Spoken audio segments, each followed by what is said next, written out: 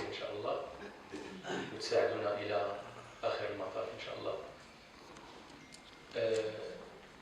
قبل ما نبداو غادي نحاول نقدم لكم الحضور الكريم اللي في البوديوم باش على الأقل تعرفوا على كل واحد.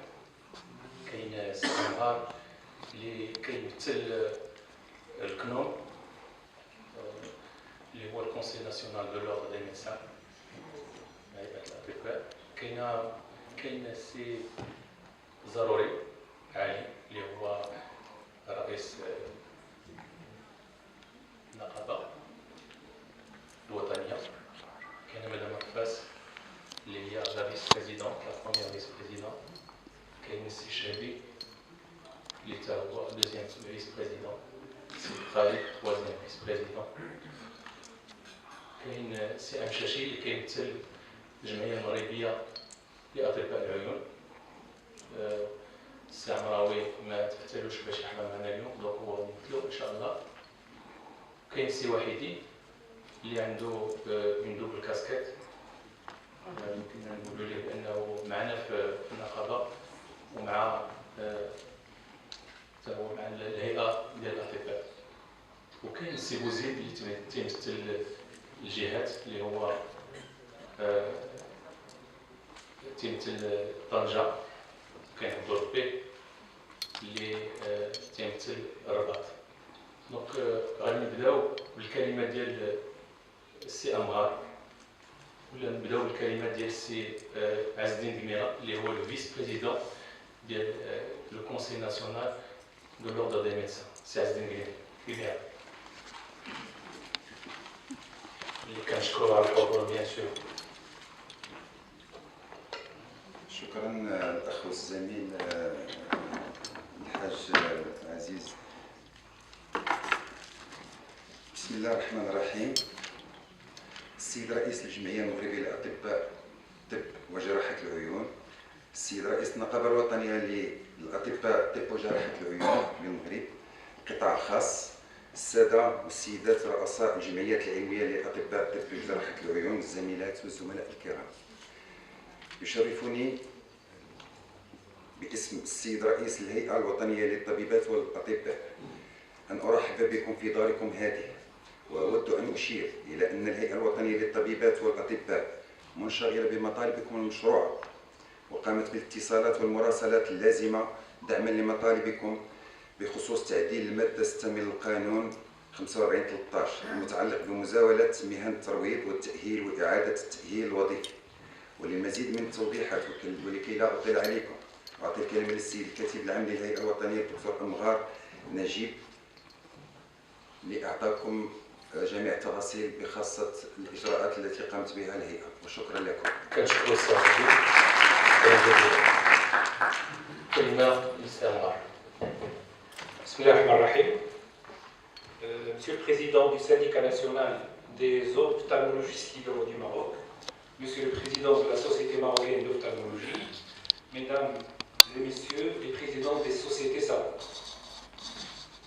Le Conseil national de l'ordre des médecins, qui représente tous les médecins, tous secteurs confondus, et qui défend la profession médicale, et à travers elle, il défend aussi le citoyen marocain, a le plaisir d'accueillir aujourd'hui la communauté des ophtalmologistes pour leur assemblée générale organisée sous le thème « Tous mobilisés pour la protection de la santé visuelle de nos patients et contre l'exercice illégal de la médecine ». Chers consoeurs et chers confrères, le Conseil national de l'ordre des médecins suit de très près le projet de loi 45/13 relative à l'exercice des professions de rééducation, réadaptation et réhabilitation professionnelle. Et on peut dire que nous sommes totalement opposés à l'article 6 de ce projet de loi qui est contraire au texte de loi relative à l'exercice de la médecine, la loi 131/13 et le code de déontologie médicale. Puisque cet article autorise aux opticiens lunatiers de se substituer aux médecins spécialistes en ophtalmologie et les autorise à faire des consultations médicales et des prescriptions médicales. Nous avons expliqué, comme vous, les ophtalmologistes, à tous nos interlocuteurs, qu'une baisse de l'acuité visuelle n'est pas synonyme d'une simple amétropie et qu'elle peut cacher d'autres pathologies plus graves. Et que seul un spécialiste en ophtalmologie est capable de faire la différence. C'est très simple. Nous avons écrit à ce propos à tous les responsables, en commençant par Monsieur le ministre de la Santé. À ce propos, le président du CNAM, Dr Mohamed El Boukri, a eu un entretien, voire même 2 entretiens, très explicatifs. Et avant même cet entretien, cette audience, nous avons reçu ici, au siège du CNAM, le directeur de la réglementation et contentieux. Nous avons passé plus de 30 minutes à décortiquer ce projet de loi, et en particulier cet article 6 et les fâcheuses conséquences qu'il peut avoir sur l'exercice de l'ophtalmologie et de la médecine en général au Maroc. Nous étions très clairs et très déterminés à s'opposer à cet article.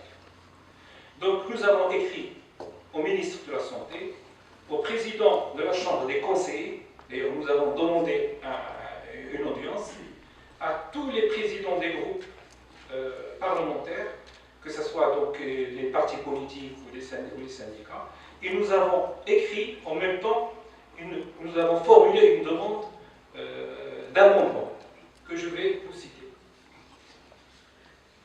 Donc le Conseil national de l'ordre de médecins a demandé les amendements suivants. Premièrement, l'interdiction totale et absolue aux opticiens d'effectuer des consultations médicales. Deuxièmement, l'interdiction de délivrer une ordonnance de correction optique. Bien sûr, l'interdiction aux opticiens. Troisièmement, l'interdiction de vente de matériel et de dispositifs médicaux. Nous sommes conscients, comme vous, de la gravité de ce problème et donc nous réitérons à tous les ophtalmologistes notre soutien actif et notre détermination à s'opposer à cet article 6 de la loi 45-13. Et donc, avant de vous remettre, Monsieur le Président, donc une copie de toutes les lettres, donc je me permets, je vais être bref, de vous lire en arabe donc, le texte, le modèle qu'on a envoyé aussi bien au Monsieur le ministre de la Santé, aux différents interlocuteurs. إلى السيد وزير الصحة المحترم، الموضوع طلب تعديل المادة 6 من مشروع قانون 45/13 يتعلق بمزاولة مهن الترويض والتأهيل وإعادة التأهيل وغيره.